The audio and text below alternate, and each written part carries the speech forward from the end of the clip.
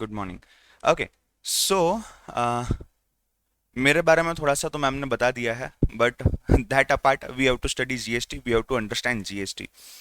Before starting, मेरा पहला question ये रहेगा कि is everyone comfortable with English plus Hindi and थोड़ा बहुत मराठी, जहां अगर कोई चीज़ मुझे एक्सप्लेन करनी है इफ एट ऑल। सो हिंदी सभी लोगों को समझने आती है, राइट? Great great great. अच्छा।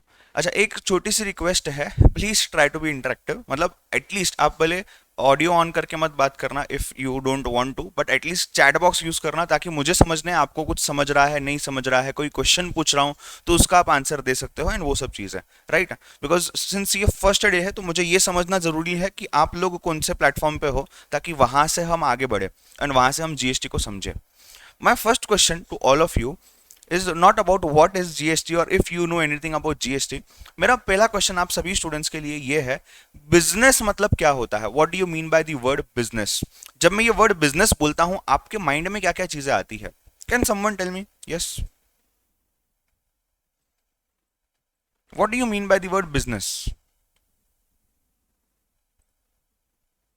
बोलो।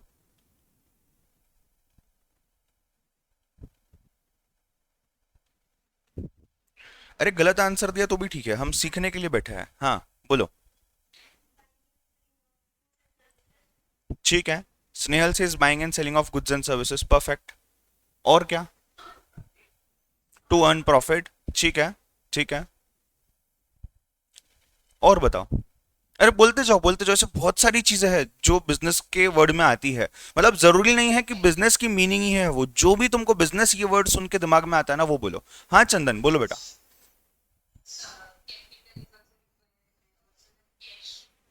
ओके, करेक्ट करेक्ट, ठीक है। What else?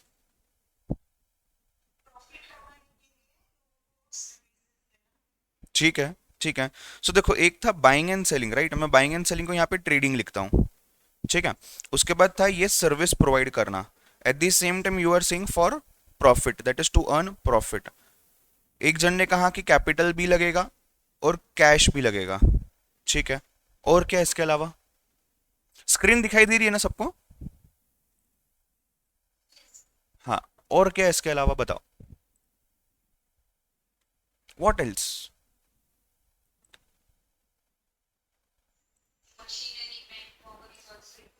Machinery man power is also required, ठीक है। ठीक है, so I can say plant and machinery, I can say human resources, okay.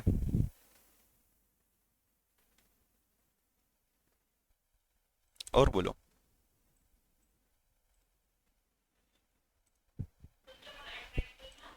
Customer attract करना, तो कस्टमर अट्रैक्ट करना, इस चीज को मैं मार्केटिंग बोल दूं या एडवर्टीजमेंट बोल दूं? ठीक है, चलो, कस्टमर अट्रैक्ट करना है, एडवर्टीजमेंट आ गया। और बताओ। प्रोडक्ट क्या करना? ठीक है, ठीक है। और क्या? बिजनेस मतलब और क्या? ठीक है, प्रोफेशन। अच्छा मुझे बताओ, जो ये हम बाइंग एंड सेलिंग की बात कर रहे हैं, राइट? एक जन ने कहा स्टार्टिंग में कि प्रोडक्ट को, कोई चीज को भी बाय करना और सेल करना। मुझे बताओ, ये चीज को कहीं बनाना भी पड़ेगा ना? We have to make that thing. So क्या manufacturing also amounts to business? Manufacturing और प्रोडक्शन एक ही चीज है, ये भी बिजनेस ही है। वापस बोलना। हाँ बोलो। ठीक है, प्रोडक्शन टेक्निक्स, ओके ओके। और क्या होता है बिजनेस में? रॉ मटेरियल, ठीक है। बोलो बोलो। आर एंड डी, ठीक है। Research and development, okay. Services लिख दिया अपन ने, सर्विसेज देने पड़ेंगे, ठीक है। और बताओ। Distribution of goods and services, ठीक है, ये एक एक्टिविटी हो गई बिजनेस की, ओके। और बोलो। शेयर्स एंड शेयर होल्डर्स, ठीक है। कैपिटल लिख दिया अपन ने। और बताओ। अच्छा मुझे बताओ, शेयर होल्डर तो तब आएगा जब कंपनी आएगी। क्या मुझे अगर बिजनेस करना है तो मुझे एज ए कंपनी ही बिजनेस करना है, जरूरी है ऐसा?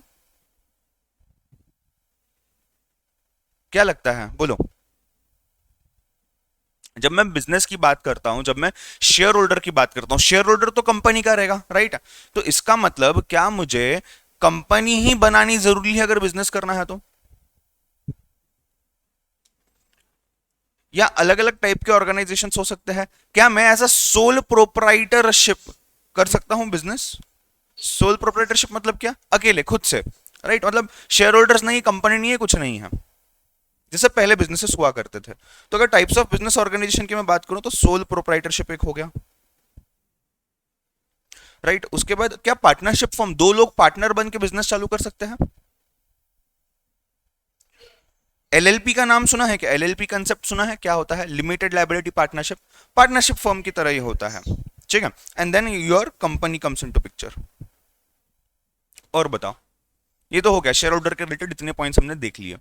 और बताओ।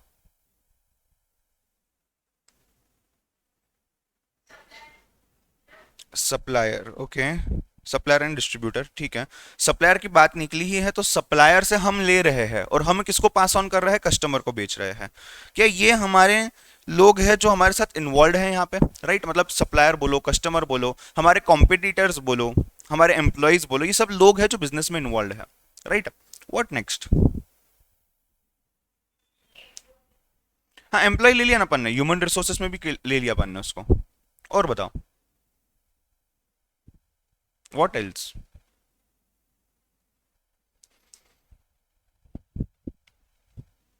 What else?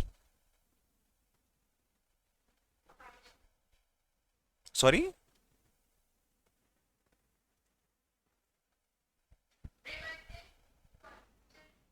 ठीक है, ठीक है।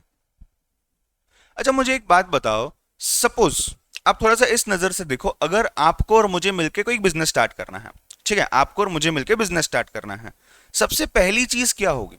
सबसे पहली चीज हमें क्या करनी पड़ेगी? What do we need? ठीक है, ठीक है, ओके। सबसे पहली चीज, फिर भी इससे भी पहले कुछ?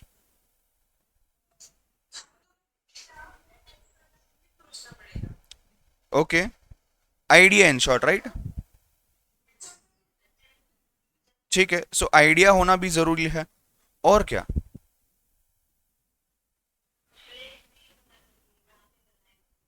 लोकेशन, ठीक है। इन्वेस्टमेंट चाहिए, right?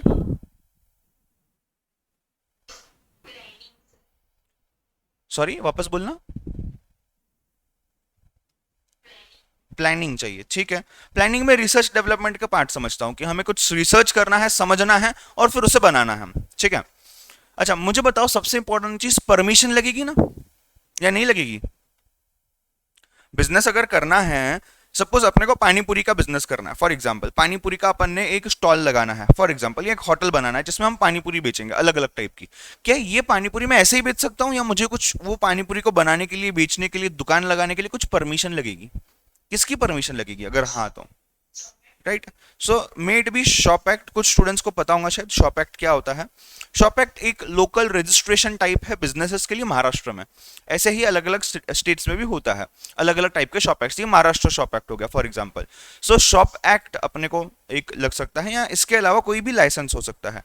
Shop act is not compulsory but कोई भी लाइसेंस, राइट? आपकी जो आइडेंटिटी बने, जैसे हमारे पास आधार कार्ड है, राइट? जैसे हमारे पास आधार कार्ड है वैसे ही ये बिजनेसेस का आधार कार्ड हो गया इन शॉर्ट। उनके पास लाइसेंस लगेगा, उनका शॉप एक्ट लगेगा, ठीक है? तो ये लाइसेंस के बिना हम कुछ नहीं कर सकते।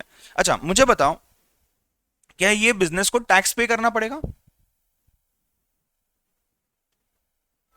हम टैक्स कब पे करते हैं?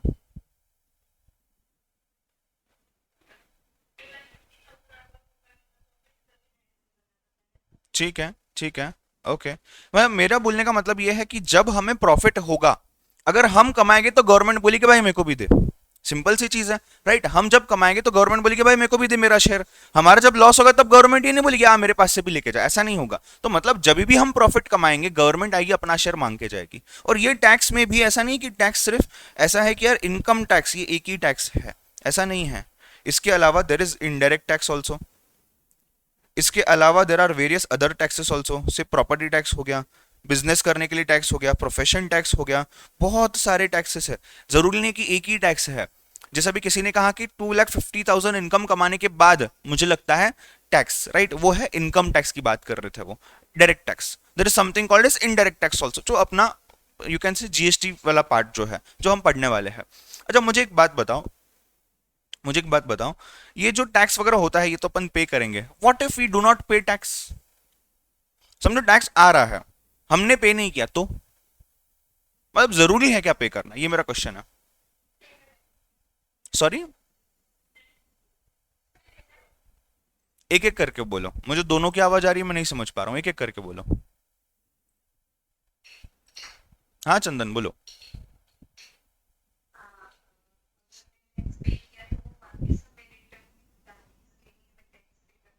तो जब रिटर्न ही मिलेंगे तो हम क्यों पे करेंगे?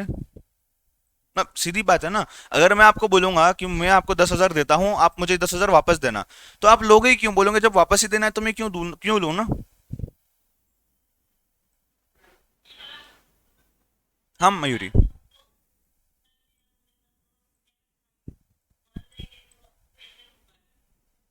ओके ओके, नहीं बट मेरा ये है कि अगर मैं नहीं भरता हूं सपोज, अब से फॉर एग्जांपल अपन जो बिजनेस के बारे में सोच रहे हैं, पानीपुरी का स्टॉल लगाना है, ये पानीपुरी का स्टॉल लगा के हमने लाखों करोड़ों रुपए कमा लिए फॉर एग्जांपल, और हमारा टैक्स जो पे करना आ रहा है एक पर्टिकुलर ईयर का, ये आ रहा है से 10 लाख रुपए, अब हमने नहीं पे किया, क्या मुझे पुलिस आके जेल में डाल देंगी कि तुमने टैक्स नहीं पे किया है करके? ऐसा हो सकता है? ओके, तो तो जब कंपल्शन ही नहीं है तो मैं क्यों भरूं ना टैक्स? देखो सीधी बात है, अपने को जब तक एग्जाम है ये नहीं समझता, एग्जाम नजदीक नहीं आ रहा, तब तक अपन पढ़ाई करते क्या? बताओ, नहीं करता ना। फिर अपन यहाँ पे वो तो पढ़ाई की बात है, यहाँ तो पैसे जाने की बात है। जब तक कंपल्शन नहीं आएगा तब तक हम क्यों ये करेंगे, फिर क्यों हम टैक्स पे करेंगे ना। देश चलाने के लिए, ठीक है। अच्छा देखो, दो बातें हैं जब मैं टैक्सेस की बात करता हूं, पहले तो ये टैक्स कोई ना कोई एक्ट के थ्रू आया है, लीगली आया हुआ है, राइट है। और अभी जैसे फॉर एग्जांपल इनकम टैक्स की अगर मैं बात करूं, इनकम टैक्स जैसे 2,50,000 के ऊपर अगर मेरा प्रॉफिट है साल भर का, तो मुझे ये टैक्स पे करना है। तो ये टैक्स मुझे कौन से एक्ट के हिसाब से पे करना है? ये टैक्स मुझे इनकम टैक्स एक्ट के हिसाब से पे करना है, income tax act 1961। Now my question to you is, क्या ये एक्ट, ये लॉ है, तो इसमें कुछ पेनल्टीज, कुछ फाइन, कुछ इंटरेस्ट की भी बात की होगी? सपोज अगर आपने 10 लाख रुपए का टैक्स पे करना है, 10 लाख रुपीज ऑफ टैक्स पे करना है, एंड यू हैव टू पे इट से ऑन 1/4/2021, आपने नहीं पे किया, आपने नहीं पे किया, तो ये बोलेगा कि यार अगर 3 महीने तक से 30 जून 2021 तक अगर तुम पे नहीं करोगे तो तुमको 12 लाख रुपए पे करने पड़ेंगे, यानी कि 10 लाख तो टैक्स है ही तुम्हारा, 2 लाख रुपए और पेनल्टी पे करनी पड़ेगी। और वो वसूल करने के लिए तुम्हें नोटिस भेज सकते हैं, तुम्हारे आके घर को सीज कर सकते हैं, तुम्हारे बैंक अकाउंट को सीज कर सकते हैं। अपन ने सुना होगा ना, न्यू इसमें क्या बोलते हैं, न्यूज में देखा होगा, सीरियल्स में देखा होगा, मूवीज में देखा होगा, बैंक अकाउंट फ्रीज हो गया, मतलब गवर्नमेंट ने फ्रीज करवा लिया। क्या कर सकता है गवर्नमेंट? हाँ, तो आप अगर बिजनेस कर रहे हो, आपका बैंक अकाउंट बिजनेस का आके गवर्नमेंट फ्रीज कर सकता है, क्यों? Because your tax payment is pending, तो गवर्नमेंट एक्शन लेगा। इसका मतलब ये कंपलसरी है, सब एक्ट के हिसाब से चल रहा है, कंपलसरी ये करना है। अब चलो ठीक है, कंपलसरी है, अपन करेंगे, जस्ट बिकॉज कंपलसरी है इसलिए अपन करेंगे, या इससे हमें भी कुछ फायदा होगा? क्या फायदा होगा? अगर मैं टैक्स पे करता हूं तो ये टैक्स पे करने से क्या होता है? What happens by paying the tax? Why should we pay tax?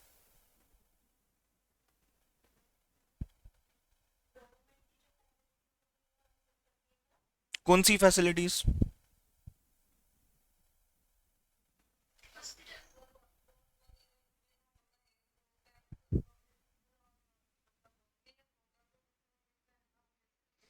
मतलब आपका अगर इनकम होगा तो ही आपको कोई लोन देगा, ये समझ के कि आप वापस से लोन को रीपे कर सकते हो। और आपकी इनकम है ये कहां से पता चलेंगी? ये इनकम टैक्स रिटर्न से पता चलेंगी, जब आप इनकम टैक्स भरोगे, जब आप रिटर्न फाइल करोगे तब पता चलेंगी, right. Return is a document which you submit to the government saying that मेरा इतना इतना टैक्स है, मैंने पे कर दिया है, ठीक है। ठीक है, ये एक चीज हो गई। एक स्टूडेंट ने कहा कि हॉस्पिटल्स वगैरह के लिए, हॉस्पिटल्स वगैरह में तो हम जब जाते हैं तो उसमें थोड़ी ना हमारा कुछ इनकम, उन्हें थोड़ी ना पूछते कि तुमने टैक्स पे किया है क्या, तू ही आओ नहीं तो मत आओ, ऐसा तो नहीं होगा। अच्छा मुझे बताओ, ऐसी बहुत सारी सर्विसेज है इस कंट्री में जो हम लेते हैं गवर्नमेंट से, बट उसके लिए हम पे नहीं करते, उसके लिए हम पे नहीं करते। बोलो बोलो।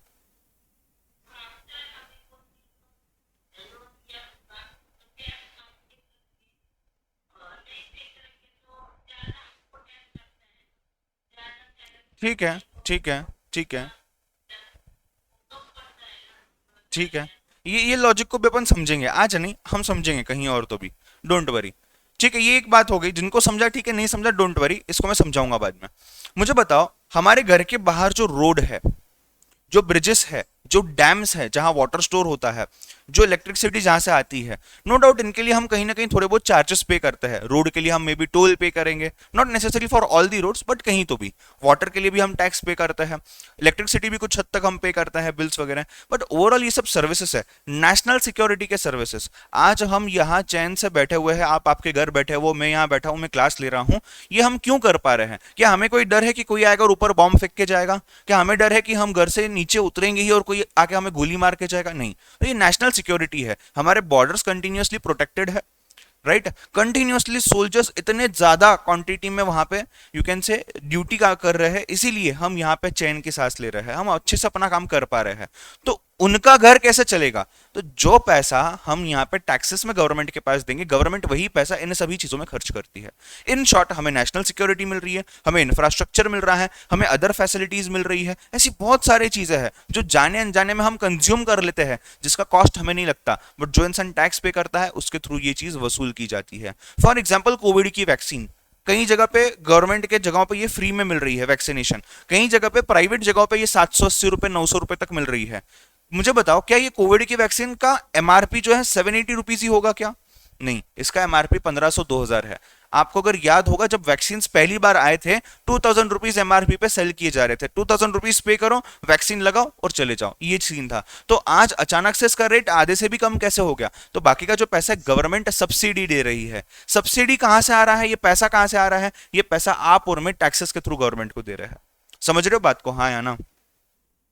आप सभी लोगों ने शायद, लॉकडाउन जब अनाउंस हुआ था लास्ट ईयर, आपने सुना होगा नरेंद्र मोदी जी आके कहते हैं हम इतने लाखों करोड़ों का फ्री पैकेज देंगे। और पैसा किसके पास आया नहीं है वो अलग बात है, बट उन्होंने ये अनाउंस जरूर किया। ये पैसा, जो भी इतने लाखों करोड़ों का पैकेज अनाउंस किया था, खास करके उन लोगों के लिए जिनका जॉब चला गया कोविड में, सब चीजें चली गई, but still they have to survive, उनको फ्री राशन दिया गया। ये सब कहां से आएगा? कोविड पेशेंट्स को गवर्नमेंट हॉस्पिटल में फ्री ट्रीटमेंट दी जा रही है, पैसा कहां से आएगा? हवा में से तो नहीं आएगा पैसा, ये पैसा आपसे और मेरे से ही जा रहा है टैक्सेस के थ्रू। कंसेप्ट क्लियर है? कोई स्टूडेंट कुछ बोल रहे थे, बोलना बेटा,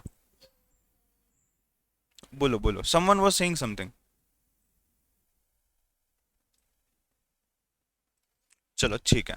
अच्छा मुझे बताओ, आप लोगों के पास कोई बुक वगैरह होगी या पेन पेपर्स कुछ तो भी होंगे ना, जहां पे आप कुछ नोट डाउन कर पाओ? यस। चलो, वैसे अभी तक अपन ने टॉपिक तो स्टार्ट नहीं किया है, अभी तक अपन ने टॉपिक तो स्टार्ट नहीं किया है, बट स्टिल जो भी मैंने यहाँ पे अभी तक कंपाइल किया हुआ है, अगर आपको कुछ, पूरी चीज मत लिखना, पूरी चीज मत लिखना, मैं रिपीट कर रहा हूँ, मैं बताऊंगा भी नहीं अभी इसमें क्या लिखना है, बिकॉज अपन ने टॉपिक चालू नहीं किया है, तो मैं कुछ पॉइंट्स नहीं लिखवा के दूंगा। बट यस, यहाँ पे अगर आप कुछ चाहो, आपको नोट डाउन करना है तो बिल्कुल, मतलब कोई न्यू चीज आपको लगी, आपको लगा यार ये बहुत अच्छी चीज है, लिख लेना है, लिख लो, मैं 2 मिनट देता हूँ, ठीक है। इसके बाद हम टॉपिक स्टार्ट करेंगे, एक एक करके आगे बढ़ेंगे, ठीक है। कुछ मटेरियल मैं आपके साथ शेयर करूंगा, जो मैं यहाँ पे पढ़ाने वाला हूँ, मैं आपके साथ, मैं पूरा मैम के साथ शेयर कर दूंगा, सी विल शेयर विथ यू, आप वहां से भी देख सकते हो। आप कुछ नोट डाउन करना चाहो तो आप नोट डाउन भी कर सकते हो, राइट। मतलब जरूरी नहीं है कि कोई एग्जाम के लिए वगैरह, आपको प्रैक्टिकल लाइफ में यहाँ की जीएसटी की चीजें बहुत काम आएगी। हम हर चीज को प्रैक्टिकल एस्पेक्ट से ही देखेंगे, कुछ थेरोटिकल चीज आएंगी और थेरोटिकल को प्रैक्टिकल के साथ लिंक करके अपन पढ़ने वाले हैं, ठीक है। तो कुछ लिखना है तो लिख लो, गो फॉर इट फास्ट।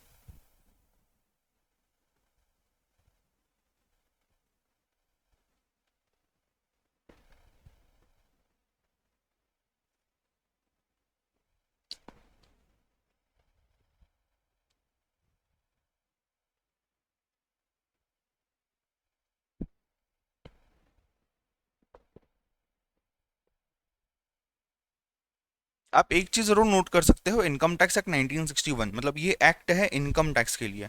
और टैक्स जहां मैंने लिखा हुआ है ना, टैक्स में इनकम टैक्स है, इनडायरेक्ट टैक्स है, प्रॉपर्टी टैक्स है, प्रोफेशन टैक्स है, उस पॉइंट को भी आप नोट डाउन कर सकते हो।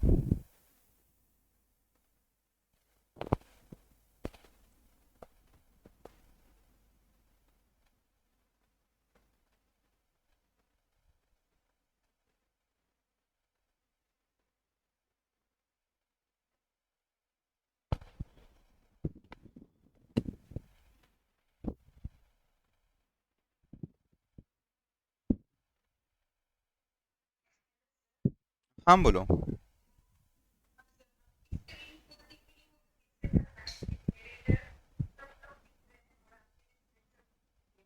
आप एक काम करो ना, आपको पार्टिसिपेंट्स का जो ऑप्शन दिखता है ना, वहां जाके आपको मेरे नाम के बाजू में एक पिन करके ऑप्शन दिखेगा। उस पिन ऑप्शन को आप प्रेस कर दो ना, सिर्फ बस आपका प्रॉपरली दिख जाएगा सब कुछ आपको। एक सेकंड रुको ना। देखो मेरी स्क्रीन दिख रही होगी शायद आपको भी, राइट? एक सेकंड, हाँ। ये देखो यहाँ पे अगर आप जाते हो ना, मेरे नाम के बाजू में पिन एक ऑप्शन दिखेगा आपको। आपको भी दिखेगा, तो आप जब उसको पिन कर दोगे ना, तो आपको मेरी स्क्रीन बड़ी दिखाई देगी फिर। मैंने ऑलरेडी यहाँ से पिन किया हुआ है, बट कुछ बच्चों को नहीं दिख रहा होगा शायद।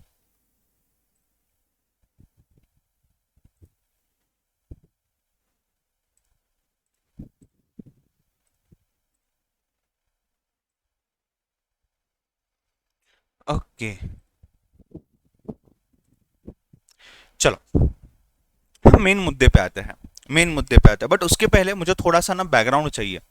आप जो भी स्टूडेंट्स यहाँ अटेंड कर रहे हो इस सेशन को, आप में से कितने स्टूडेंट्स ऐसे हैं जिनका 11th 12th कॉमर्स हो चुका है? कॉमर्स से ही हो चुका है, प्लीज यस डालना कमेंट बॉक्स में।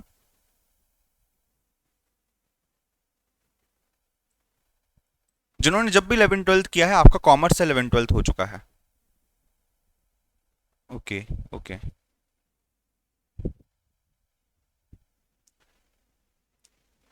मेरे ख्याल से मोस्टली सभी स्टूडेंट्स 11th 12th कॉमर्स के ही दिख रहे हैं। कोई है अलग से जिसका 11th 12th कॉमर्स नहीं हुआ है और कोई चीज हुई है? Okay, okay.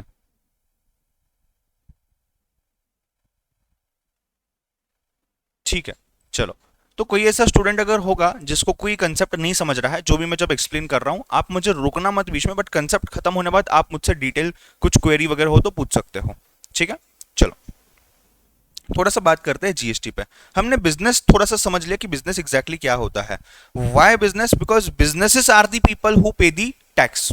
जो इंसान बिजनेस करेगा वही इंसान कमाएगा, वो इंसान कमाएगा तो वो इंसान टैक्स पे करेगा, राइट? अगर हम जीएसटी की बात करें तो आप बोलोगे सर जो सैलरी कमाता है वो भी तो कमाता है, वो तो बिजनेस नहीं करता है, फिर वो भी तो टैक्स पे करेगा। जी हाँ, अगर मैं टैक्स की पे करता हूं, हमने ये बात देखी टैक्स क्यों पे की जा सकती है, क्यों क्यों करनी होती है, और क्या ये बाय लॉ करनी होती है, इसके बदले में हमें क्या मिलेगा, आपको और मुझे क्या मिलेगा, ये हमने देख लिया। अब जब मैं टैक्स की बात करता हूं, ये टैक्स टू टाइप्स के हैं। एक है डायरेक्ट टैक्स, दूसरा है इनडायरेक्ट टैक्स। एक है डायरेक्ट टैक्स, दूसरा है इनडायरेक्ट टैक्स। जब मैं डायरेक्ट टैक्स की बात करता हूं, मतलब जो भी हमारा इनकम है, जो हमारा प्रॉफिट है, ये जो हम कमाते हैं, इसके ऊपर हम टैक्स पे करते हैं। B it your profits, B it your salary amount, B it your bonus that you receive, जो भी चीज in short, right? Basically basically एकदम अगर छोटे एकदम सिंपल भाषा में अगर मैं बोलूं, मैंने कुछ कमाया तो गवर्नमेंट भी मेरे पास से उसका शेयर लेने वाली है, राइट? अच्छा, यहां पे जाने से पहले मुझे एक बात बताओ, रेवेन्यू मतलब क्या होता है? रेवेन्यू, टर्नओवर या income? What do you mean by revenue? Yes, anyone?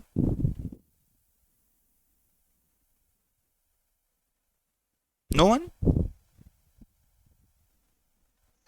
बोलो।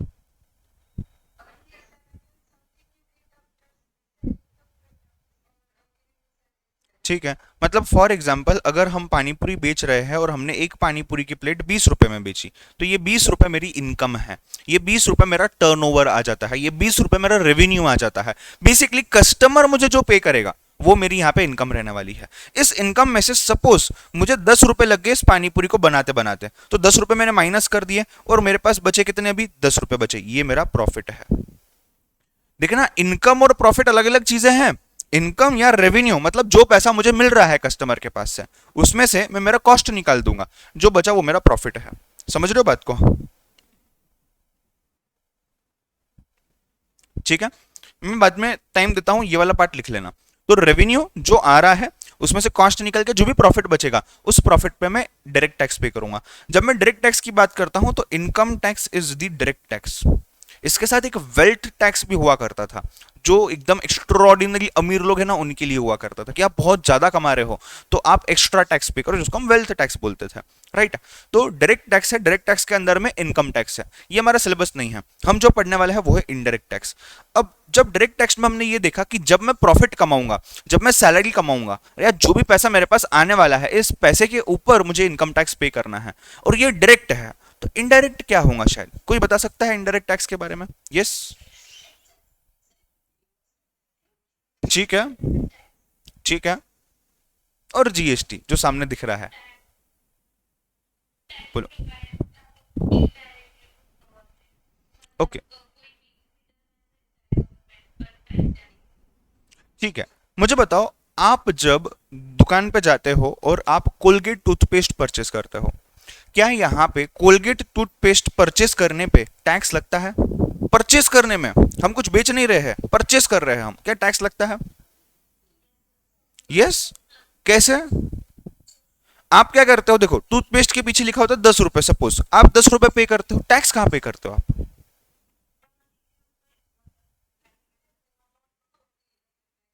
अच्छा, वो 10 रुपए में ही इंक्लूडेड अमाउंट होती है टैक्स की, राइट? ओके, ओके,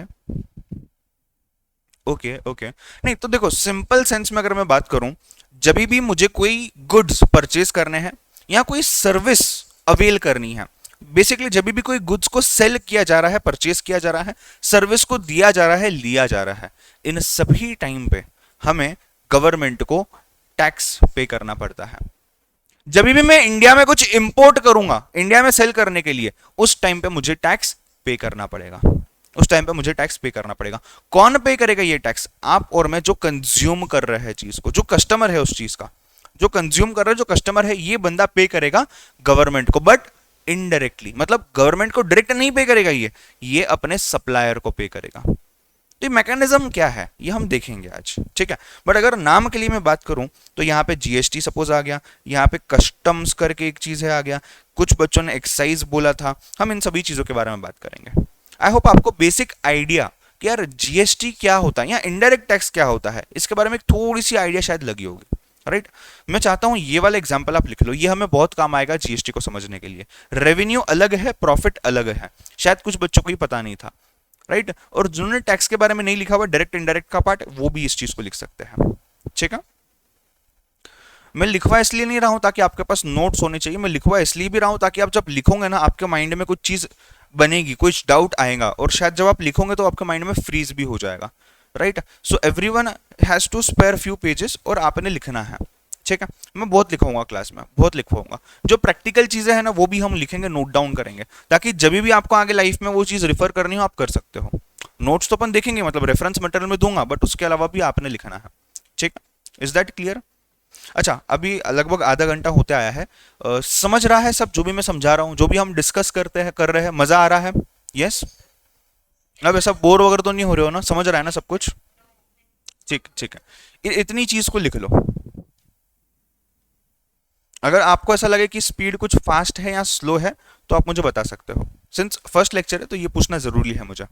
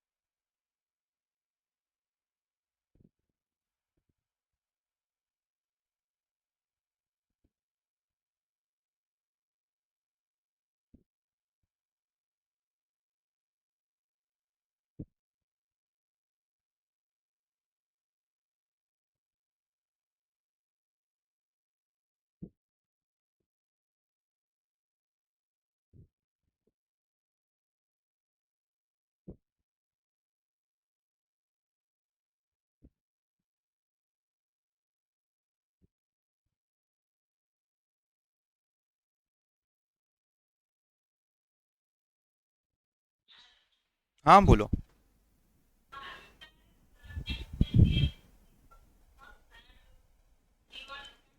जीएसटी है, कस्टम्स है और एक्साइज है। ये देखो मैं कस्टम्स को लिखता हूँ वापस से, कस्टम्स और एक्साइज। इसके अलावा भी और है, आप एक्सेट्रा लिख सकते हो, बट फिलहाल तो इतना लिख लो।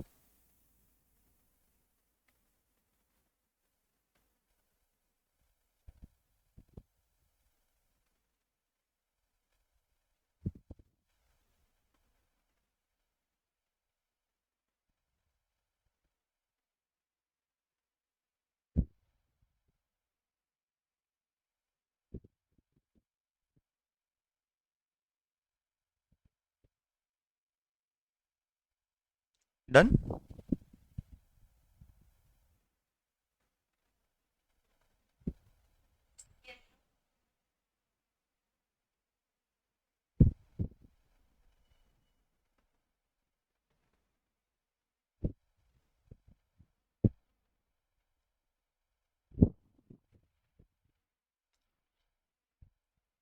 ओके, ये मैकेनिज्म को देखो, जो स्ट्रक्चर सामने दिख रहा है इसको थोड़ा सा देखते हैं। सी, अगर मैं बात करता हूं इनडायरेक्ट टैक्सेस की, इनडायरेक्ट टैक्स का अपना एक स्ट्रक्चर होता है। जैसे डायरेक्ट टैक्स के केस में अगर हम कमा रहे हैं तो हम डायरेक्टली गवर्नमेंट को पे करेंगे। यहां हम डायरेक्टली तो नहीं पे करेंगे बट इनडायरेक्टली जरूर पे करेंगे। तो ये इनडायरेक्टली जब हम बोलते हैं तो क्या स्ट्रक्चर होता है, क्या चीज होती है एग्जैक्टली, इस चीज को समझना जरूरी है। For example when we manufacture something, आप कुछ मैन्युफैक्चर कर रहे हो, तो जैसे ही आप कोई चीज मैन्युफैक्चर कर रहे हो, इस चीज के ऊपर आपको एक्साइज ड्यूटी पे करनी पड़ती थी। इस चीज के ऊपर एक्साइज ड्यूटी पे करनी पड़ती थी। The moment you manufacture something, आपने ये कैलकुलेटर बनाया, आपने कैलकुलेटर बनाया, जैसे ही कैलकुलेटर बन गया इसके ऊपर टैक्स जाएगी गवर्नमेंट को, जिसको हम बोलेंगे एक्साइज ड्यूटी, जिसको हम बोलेंगे एक्साइज ड्यूटी। अब यही कैलकुलेटर सिर्फ बना के रखना तो नहीं है, ऐसे ही बना के रख दिया म्यूजियम लगा के, ऐसा तो नहीं है। इसको जब तक हम बेचेंगे नहीं तब तक इसमें डाला हुआ पैसा कैसे निकलेगा। सपोज 10 रुपए लगे बनाने को, 20 रुपए जब तक बेचेंगे नहीं 20 रुपए में इसको, तब तक हमें 10 रुपए प्रॉफिट कैसे होगा। तो इसको भी अगर प्रॉफिट कमाना है तो उसके लिए इसको बेचना पड़ेगा। तो एक बार मैन्युफैक्चर कर लिया तो you will go and sell to someone. Now for example आपको पता नहीं है कस्टमर कौन है, मतलब कौन सा इंसान इस चीज को यूज करेंगे आपको नहीं पता है, आपका काम है बनाने का, आप बना लोगे, आप कोई होलसेलर को सेल कर दोगे, आप कोई होलसेलर को बेच दोगे। होलसेलर क्या करेगा, रिटेलर को बेचेगा, शायद रिटेलर क्या करेगा, अपने दुकान में रखेगा, वहां कस्टमर आएगा और कस्टमर ले जाएगा। अब ये बहुत कॉमन सी चीज है, ऐसा हो सकता है। अब जब आप मैन्युफैक्चर करते हो तब excise duty comes into picture. The moment you manufacture, you have to pay excise duty to the government. Manufacture करने पे भी टैक्स है, समझो, मैन्युफैक्चर करने पे भी टैक्स है, क्योंकि गवर्नमेंट ये सोच रही है कि यार आपने अगर मैन्युफैक्चर किया है तो आप इसके ऊपर पैसा कमाने ही वाले हो, और आप मैन्युफैक्चरर हो तो आप ज्यादा कमाओगे, तो आपके ऊपर भी टैक्स। जैसे ही ये इंसान होलसेलर को बेचेगा तो बेचने के ऊपर यानी कि ट्रेडिंग के ऊपर भी टैक्स लगेगा, जिसको हम बोलते हैं सेल्स टैक्स, जिसको हम बोलते हैं सेल्स टैक्स, सेल करने के लिए टैक्स। ये मैन्युफैक्चरिंग टैक्स है जिसको हम एक्साइज नाम देते हैं, और ये है सेल्स टैक्स, ये है एक्साइज ड्यूटी और ये है सेल्स टैक्स। अब जैसे ये होलसेलर रिटेलर को बेचेगा तो यहां पे भी ट्रेडिंग हो रही है, यहां पे फिर से सेल्स टैक्स आएगा, और जब रिटेलर कस्टमर को बेचेगा यहां पे फिर से सेल्स टैक्स आएगा। मतलब whenever you sell something, sales tax comes into picture. Whenever you manufacture, excise duty comes into picture. Whenever you want to import something in India or export something out of India, यहां पे customs duty comes into picture. आप जब भी किसी को service देते हो, आप सर्विस देते हो, service tax comes into picture. ये सब मैं जीएसटी की पहले की बातें कर रहा हूं, जीएसटी 2017 में आया है, मैं उसके पहले की बात कर रहा हूं। तो जब मैं बोलता हूं मैन्युफैक्चरिंग पे टैक्स है, एक्साइज ड्यूटी है। जब मैं बोलता हूं इंपोर्ट एक्सपोर्ट पे टैक्स है, कस्टम्स ड्यूटी है। जब मैं बोलता हूं कि मैंने किसी को कुछ सेल किया, कोई गुड्स है, कोई चीज है जो मैंने सेल की, मैंने मोबाइल फोन सेल किया, अपनी मोबाइल की दुकान है, मैं मोबाइल फोन सेल कर रहा हूं, सेल्स टैक्स। मैं सर्विस दे रहा हूं, मैं सर्विस दे रहा हूं, मैं कुछ स्टूडेंट्स से 10-10 हज़ार रुपए ले रहा हूं फीस के तौर पे, और यहां पे उनको जीएसटी पढ़ा रहा हूं सपोज। ये क्या चीज हो गई, मैं बिजनेस कर रहा हूं, किस चीज का, सर्विस दे रहा हूं, मतलब बेसिकली मैं सर्विस दे रहा हूं यहां पे और उसके अगेंस्ट में पैसा ले रहा हूं, तो यहां पे भी मुझे इस सर्विस देने पे भी सर्विस टैक्स पे करना पड़ेगा। इन शॉर्ट हर चीज के ऊपर टैक्स लगा रखा है, हर चीज के ऊपर टैक्स लगा रखा है, हर चीज के ऊपर, right. Two small questions, not question, मतलब ये क्वेश्चन आपके माइंड में शायद आ सकता है कि सर आप सेल्स टैक्स बोल रहे हो और एक्साइज ड्यूटी बोल रहे हो। Whenever we talk about goods, only and only goods, सिर्फ जैसे कि ड्यूटी में बोलता हूं ना, तो ड्यूटी गुड्स के लिए टैक्स का दूसरा नाम है, ऐसा पकड़ के चलो। तो जब मैं इंपोर्ट एक्सपोर्ट करता हूं किस चीज का, कोई भी चीज का जहां पे कोई फिजिकल चीज हो, गुड्स हो, तो इसको हम बोलते हैं excise duty, customs duty, right. Service के टाइम हम सर्विस टैक्स बोलते हैं, समझ रहे हो बात को? यस। तो duty simply relates to goods, right. Duty मतलब गुड्स। एक्साइज टैक्स भी आप बोल सकते हो, कोई दिक्कत नहीं है, बट उसको एक्साइज ड्यूटी बोला जाता है usually. So second small thing, sir ये सेल्स टैक्स जो होता है, ये सेल्स टैक्स का भी कुछ नाम होगा, जैसे हम यहां देख पा रहे हैं वैट और सीएसटी। शायद कुछ स्टूडेंट्स ने वैट के बारे में सुना होगा, वीएटी, वैट, जिसको हम बोलते हैं value added tax, value added tax. और दूसरा है सीएसटी, जिसको हम बोलते हैं सेंट्रल सेल्स टैक्स। इन दोनों के जगह पे आज आ गया है जीएसटी, इन दोनों के जगह पे आज आ गया है GST, right. Now when I से वैट और सेंट्रल सेल्स टैक्स, कब लगता है, क्या लगता है, वो भी बताता हूं। कोई भी इंसान कोई भी चीज या कोई भी बिजनेसमैन कोई भी चीज को दूसरे इंसान के पास सेल करता है, अपने कस्टमर के पास सेल करता है, इस मोमेंट पे sales tax comes into picture. अब अगर आप अपने ही स्टेट में सेल कर रहे हो, सपोज आपका जो सेलर है, ये है महाराष्ट्र में, और जो बायर है ये भी है महाराष्ट्र में, एक ही स्टेट में है दोनों भी, तो यहां पे वैल्यू एडेड टैक्स यानी कि वैट लगता था। हर स्टेट का अपना वैट होता था। महाराष्ट्र का महाराष्ट्र वैट, जिसको एम वैट बोलते थे। कर्नाटका का कर्नाटका वैट, जिसको के वैट बोलते थे। तो जो सेलर है वो भी महाराष्ट्र में है, जो परचेसर है ये भी महाराष्ट्र में है, तो इन लोगों को इस ट्रांजैक्शन के ऊपर वैल्यू एडेड टैक्स या वैट, या इसी को सेल्स टैक्स बोलते हैं, ये पे करना पड़ेगा। बट सपोज आपका जो सप्लायर है ये है महाराष्ट्र में, आप जिसको बेच रहे हो कस्टमर जो ये दिल्ली में, तो यहां पे लग जाएगा सेंट्रल सेल्स टैक्स, सीएसटी। अरे इतना सन्नाटा क्यों है, समझ रहे हो ना चीज को? यस। हाँ, तो मैन्युफैक्चरिंग पे एक्साइज ड्यूटी हो गया, सेलिंग पे वैट या सीएसटी हो गया, जिसको हम सेल्स टैक्स बोलेंगे। अभी से लेके जो भी हम चीजों के ऊपर बात करेंगे, we won't be referring to a seller purchaser. जो भी बेच रहा है उसको हम बोलेंगे सप्लायर, भले वो कोई चीज बेचे या कोई सर्विस बेचे। जो रिसीव कर रहा है उसको हम बोलेंगे कस्टमर। जो बेच रहा है उसको हम सप्लायर बोलेंगे, जो रिसीव कर रहा है उसको हम कस्टमर बोलेंगे, या फिर रिसीवर भी बोलेंगे। तो supplier and receiver, in concept को समझना सिर्फ, बिकॉज हम इस पे ही रिफरिंग करेंगे आगे। अब वैट सर्विस टैक्स हो गया, वैट और सीएसटी हो गया। अगर समझो ये इंसान ने इस इंसान को सर्विस दे दी, तो फिर यहां पे service tax comes into picture. Service tax का अलग से लॉ था, एक्साइज का अलग से लॉ था, वैट का अलग से लॉ था, सीएसटी का अलग से लॉ था, कस्टम्स का अलग से लॉ था। इन सभी अलग अलग चीजों को मिला के एक जीएसटी लाया गया है। आपने शायद मोदी जी को अपने भाषणों में ये बोलते हुए सुना होगा कि वन नेशन वन टैक्स, शायद सुना होगा आपने। एक नेशन एक मार्केट एक टैक्स, ये क्या है? ये जीएसटी है। हालांकि उतना भी वो यू कैन से प्रॉपर तरीके से फिट नहीं बैठता है उसमें कि यार एक ही टैक्स है, इसके ऊपर हम बात करेंगे। बट अगर देखा जाए यहाँ पे 4-4, 5-5 टैक्स होने की जगह आज एक ही टैक्स है। इस स्लाइड के रिलेटेड एक और क्वेश्चन आप लोगों से, कंज्यूमर और कस्टमर इनमें क्या फर्क होता है? कंज्यूमर और कस्टमर इनमें क्या फर्क होता है? हाँ बोलो।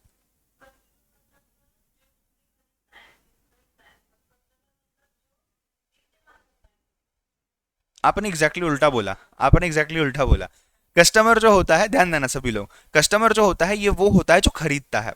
अब से फॉर एग्जाम्पल आपने कुछ बनाया, आप लोगों की फैक्ट्री है, आपने कुछ बनाया, आपने मुझे सेल किया, और मैं किसी आगे इंसान को जाके सेल कर रहा हूं। क्या मैंने यूज किया? नहीं। क्या मैं कस्टमर हूं? जी हाँ। जिसको मैंने सेल किया वो अगर यूज कर रहा है, इस्तेमाल कर रहा है, तो पहली चीज तो क्या वो कस्टमर है? हाँ, बिकॉज उसने खरीदा है। क्या वो कंज्यूमर भी है? हाँ, बिकॉज वो कंज्यूम कर रहा है। कंज्यूम करना मतलब यूज करना, कंज्यूम करना मतलब यूज करना, ठीक है। सो हर कंज्यूमर पहले खरीदेगा तो वो कस्टमर होता है, बट हर कस्टमर कंज्यूम करेगा क्या? नहीं, नॉट रिक्वायर्ड, ठीक है। ये भी जीएसटी को समझने के लिए बहुत जरूरी है। अब जो जीएसटी का बर्डन होता है, बर्डन मतलब क्या? जो टैक्स पे करेगा। ये भी देखो, पूरी साइकिल में हमने क्या देखा? हमने देखा मैन्युफैक्चरर है, होलसेलर है, रिटेलर है, और कस्टमर है यानी कि कंज्यूमर है। ये पूरी साइकिल में जो कंज्यूमर होता है, जो चीज को कंज्यूम करेगा, ये टैक्स पे करेगा, ये टैक्स पे करेगा। अब आप बोलोगे सर ऐसे कैसे, मैन्युफैक्चरर है, इसने मैन्युफैक्चरिंग किया, इसको क्या पता कौन कंज्यूम करने वाला है, इसको तो पता ही नहीं है, तो ये इसके पास से टैक्स कैसे लेगा जाके, तो ये तो नहीं ले सकता, इसीलिए तो इसको हम इनडायरेक्ट टैक्स बोलते हैं। तो ये डायरेक्टली इसके पास से वसूल नहीं करेगा जाके, ये क्या करेगा, ये एक्साइज ड्यूटी, सपोज इसने, ये बंदे ने 100 रुपए की कोई चीज मैन्युफैक्चर कर ली, 100 रुपए पे सपोज 10 रुपए टैक्स लगता है एक्साइज का, ठीक है, टोटल कितना हो गया 110 रुपए, 110 रुपए में ये होलसेलर को सेल करेगा, होलसेलर क्या करेगा, अपना प्रॉफिट ऐड करेगा, सपोज उसने इस पे 40 रुपए प्रॉफिट ऐड किया, तो 110 प्लस 40 रुपए प्रॉफिट ऐड किया, 150 हो गया, सपोज फॉर एग्जाम्पल, 150 के ऊपर इसको टैक्स लगना है, वैट या सीएसटी जो भी होगा, सेल्स टैक्स। तो जब ये रिटेलर को सेल करेगा, ये उसके ऊपर सपोज टैक्स पे करेगा, सपोज 10 रुपए लगता है, 160 रुपए, 160 रुपए में रिटेलर को सेल करेगा, रिटेलर कस्टमर को सेल करेगा जब, तो अपना प्रॉफिट लगाएगा, सपोज इसने 40 रुपए प्रॉफिट लगा दिया, 200 रुपए हो गई चीज, 200 रुपए में ये इसको सेल करेगा, क्या इसको सेल्स टैक्स कलेक्ट करना पड़ेगा, सेल्स टैक्स लगाना पड़ेगा, जी हाँ। तो जब मैं सेल्स टैक्स बोलता हूँ, वापस ये समझो 200 रुपए पे 10 रुपए टैक्स लगेगा, 210 रुपए कलेक्ट करेगा कंज्यूमर के पास से, समझ रहे हो बात को। इन शॉर्ट मुझे बताओ, क्या ये अपने पॉकेट से टैक्स पे कर रहा है, नहीं, ये होलसेलर से ले रहा है और गवर्नमेंट को पे करेगा। क्या ये अपने पॉकेट से पे करेगा, नहीं, ये रिटेलर के पास से लेगा और गवर्नमेंट को पे करेगा। क्या कस्टमर जो है ये भी इसको टैक्स पे कर रहा है, हाँ, तो रिटेलर इसके पास से टैक्स लेगा और गवर्नमेंट को पे करेगा, इसके पॉकेट से कुछ नहीं जा रहा है, इसके पॉकेट से कुछ नहीं जा रहा है, इसके पॉकेट से कुछ नहीं जा रहा है, ये सभी लोग अपने अपने कस्टमर्स है। मैन्युफैक्चरर के लिए ये होलसेलर कस्टमर है, होलसेलर के लिए ये रिटेलर कस्टमर है, रिटेलर के लिए ये कंज्यूमर जो है ये कस्टमर है। तो हर इंसान इस साइकिल में अपने कस्टमर के पास से टैक्स ले रहा है और गवर्नमेंट को पे कर रहा है। समझ रहे हो बात को, यहां तक चीज समझी है सबको, यस, ओके ओके। एक क्वेश्चन आना चाहिए आपके माइंड में, आई डोंट नो आ रहा है या नहीं आ रहा है, मैं डाल देता हूं क्वेश्चन को। सर ये कंज्यूमर की जो बात आप कर रहे हो, कंज्यूमर कितना पे कर रहा है रिटेलर को, 210 रुपए, तो ये 210 रुपए में ये 10 रुपया भी टैक्स है, ये 10 रुपया भी टैक्स है, ये 10 रुपया भी टैक्स है, मतलब इस बेचारे का क्या कसूर था, ये तीन तीन बार टैक्स पे करेगा, तीन तीन बार टैक्स पे करेगा, ये गलत नहीं है, क्या लगता है आपको, ये गलत नहीं है, तीन तीन बार टैक्स पे करेगा वो, तीन तीन बार,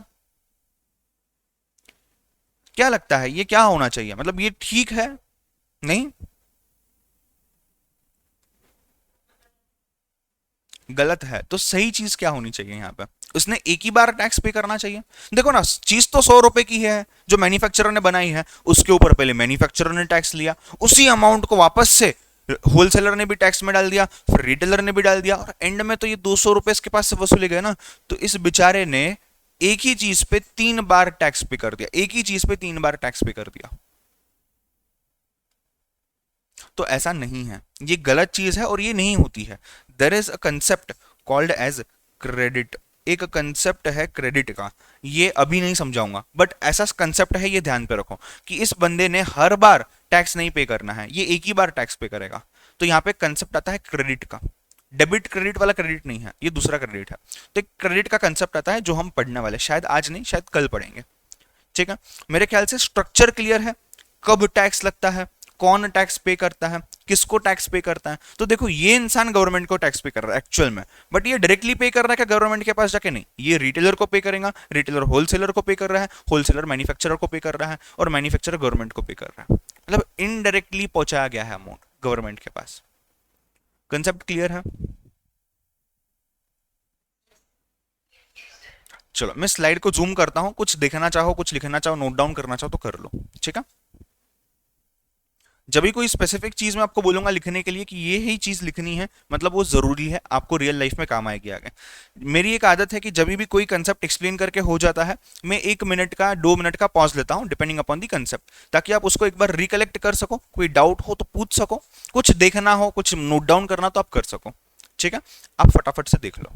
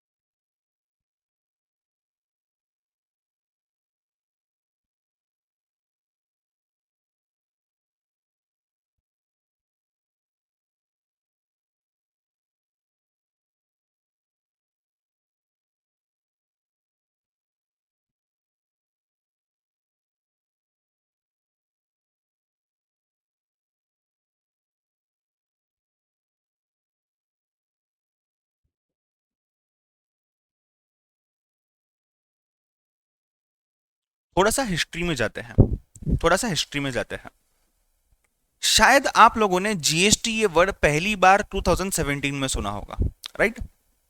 एम आई करेक्ट? शायद पहली बार आपने ये वर्ड सुना होगा जीएसटी 2017 में।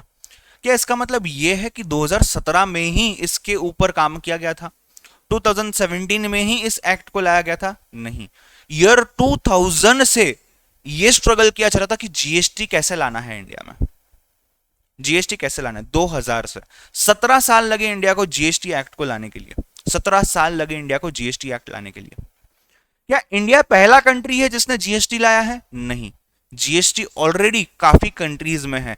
इनफैक्ट इंडिया ने जीएसटी इसी से सोच के लाया है इंडिया में कि यार बाकी कंट्रीज ऑलरेडी जीएसटी के अंदर है।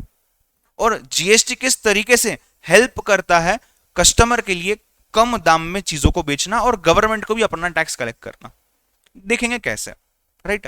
तो पहली बार तब प्राइम मिनिस्टर वाजपेयी जी ने एक कमिटी बनाई थी कि जीएसटी लॉ के ऊपर स्टडी करो और इस लॉ को बनाओ इंडिया के हिसाब से, ताकि इसको हम इंप्लीमेंट कर सके।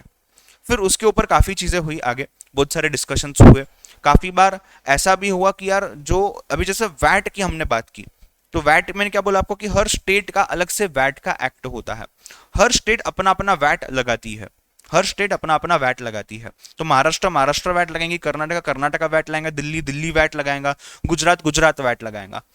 अब कुछ ऐसे स्टेट्स थे जो बहुत ज्यादा कमाते थे टैक्सेस में से, वैट के टैक्स में से, सेल्स टैक्स में से बहुत ज्यादा कमाते थे, ऐसे काफी स्टेट्स थे। अब गवर्नमेंट ने क्या बोला कि अगर जीएसटी आएगा तो स्टेट का रोल चला जाएगा, हम सेंट्रल लेवल पे यानी कि सेंट्रल गवर्नमेंट के तरफ से ही हम टैक्स कलेक्ट करेंगे और हम हमारे पास पैसा रखेंगे, हमारे हिसाब से हम पैसा तुम्हें देंगे। India is a federal state, India is a federal country, मतलब यहां पे दो टाइप की गवर्नमेंट होती है, स्टेट गवर्नमेंट भी होती है और सेंट्रल गवर्नमेंट भी होती है। तो पहले जब मैं वैट की बात कर रहा था वो एक स्टेट गवर्नमेंट की ड्यूटी थी या स्टेट गवर्नमेंट की टैक्स थी, राइट? तो स्टेट गवर्नमेंट पैसा कलेक्ट करता था। आप अगर टूथपेस्ट परचेस करोगे, आप जो पैसा पे कर रहे हो टूथपेस्ट के साथ, जो टैक्स पे कर रहे हो, ये स्टेट गवर्नमेंट कलेक्ट करता था। So if you are purchasing in Maharashtra government के पास ये रेवेन्यू जाता था। और जीएसटी में क्या होने लगा, जीएसटी में बात की गई कि यार ये पूरा पैसा सेंट्रल गवर्नमेंट लेके जाएंगी, तो हम तो गरीब हो जाएंगे, हम तो कंगाल हो जाएंगे, हमारी गवर्नमेंट कैसे चलेंगी, हम पैसा कैसे लूटेंगे, हम हमारी जेबी कैसे भरेंगे, सोचेंगे ना यार ये लोग पॉलिटिकली, राइट? अब उसके बाद उन्होंने कहा कि नहीं, हमें जीएसटी नहीं चाहिए। फिर गवर्नमेंट का एक काम करते हैं अपन ना, ड्यूअल जीएसटी मॉडल आता है। ड्यूअल जीएसटी मतलब दो टाइप का जीएसटी, एक जीएसटी जो स्टेट के पास कंट्रोल होगा और एक जीएसटी जो सेंट्रल के पास कंट्रोल होगा। समझ रहे हो? मतलब दोनों भी लोग टैक्स लेवी करेंगे। जो चीज पहले एग्जैक्टली जीएसटी में, मतलब जीएसटी के पहले जो चीज हो रही थी वैट में, सीएसटी में, वही चीज। फिर उन्होंने सोचा कि अपन ड्यूअल जीएसटी मॉडल लाएंगे। Why? Just because states ready नहीं हो रहे थे कि हमें जीएसटी लाना है। एटलीस्ट 50% स्टेट्स रेडी होने चाहिए कि हाँ हमें जीएसटी लाना है, तभी इंडियन गवर्नमेंट जीएसटी ला सकती है। तो स्टेट रेडी नहीं हो रहा था, क्यों? बिकॉज उसका तो नुकसान हो रहा था जीएसटी आने से, उसका तो रेवेन्यू, उसकी तो इनकम थी वो जा रही थी उल्टा। तो उन्होंने कहा कि ठीक है, हम लोग एक काम करते हैं, हम लोग ना पूरे नेशन के लिए एक जीएसटी और हर स्टेट के हिसाब से अलग अलग जीएसटी। तो आज भी महाराष्ट्र का अलग जीएसटी एक्ट है, कर्नाटका का अलग जीएसटी एक्ट है, दिल्ली का अलग जीएसटी एक्ट है, गुजरात का अलग जीएसटी एक्ट है। तो कुछ अलग नहीं किया इन लोगों ने, इन्होंने सिर्फ पॉलिसी को चेंज किया और नाम को चेंज किया, बट स्ट्रक्चर वैसा ही है, स्ट्रक्चर वैसा ही है। तो इन्होंने उसके बाद मीटिंग्स वगैरह ली, फिर आखिर में इन्होंने 2015 में लोकसभा में बिल को पास किया मोदी गवर्नमेंट ने, एंड देन यहाँ पे 2016-17 में इन्होंने यू कैन से राज्यसभा में पास कर लिया। 2015-16 में शायद प्रेसिडेंट का अप्रूवल ले लिया और इस बिल को इन्होंने एक्ट बना दिया, लॉ बना दिया, एंड 2017 1 जुलाई से इसको इंप्लीमेंट करना स्टार्ट कर दिया। कंसेप्ट क्लियर है? जो क्यों कैसे जीएसटी आया इंडिया में। India is not the first country, in fact India का जीएसटी मॉडल ज्यादा हद तक कनाडा के जीएसटी मॉडल के साथ मैच करता है। हमने कनाडा के जीएसटी मॉडल के साथ समझा है, देखा है और उसके हिसाब से हमने इंप्लीमेंट किया हुआ है। ठीक है, चलो आई होप यहां तक आपको कंसेप्ट क्लियर होगा। जो भी हमने आज डिस्कस किया है शायद आपको समझा है, right? If I am not wrong. I guess speed ठीक ठाक है, इसी स्पीड से आगे चले तो चलेगा ना, मतलब समझने आ रहा है ना सब कुछ? ग्रेट ग्रेट, चलो आई hope you have enjoyed this session. कल हम हिस्ट्री के आगे की चीज़ें कंटिन्यू करेंगे, व्हाट इज जीएसटी, क्या होता है, किस तरीके से होता है, एंड ये जो मैंने यहाँ पे क्रेडिट मैकेनिज्म आपको बताया, इस क्रेडिट की भी हम कल बात करेंगे, राइट। आज के लिए 2-3 इंपॉर्टेंट थिंग्स। पहला तो जो सेलर है उसको हम सप्लायर बोलेंगे, और जो रिसीव कर रहा है उसको हम रिसीवर या कस्टमर बोलेंगे। टैक्स दो टाइप का होता है, हम इनडायरेक्ट टैक्स की स्टडी कर रहे हैं। इनडायरेक्ट टैक्स का हमने स्ट्रक्चर देखा कि कैसे कंज्यूमर के ऊपर पूरा बर्डन जाता है, बट कंज्यूमर खुद डायरेक्टली गवर्नमेंट के पास नहीं जाता टैक्स पे करने, गवर्नमेंट ये गवर्नमेंट को ही पे करेगा, बट ये through the retailer, through the wholesaler, through the manufacturer पे करेगा। ये 3-4 चीज़ हमने आज देखी थी, जिनके ऊपर हम आगे डिटेल में बात करेंगे, और हम आगे की चीज़ों को भी देखेंगे कल। ठीक है, I hope you have enjoyed this session. Thank you so much, take care, bye bye.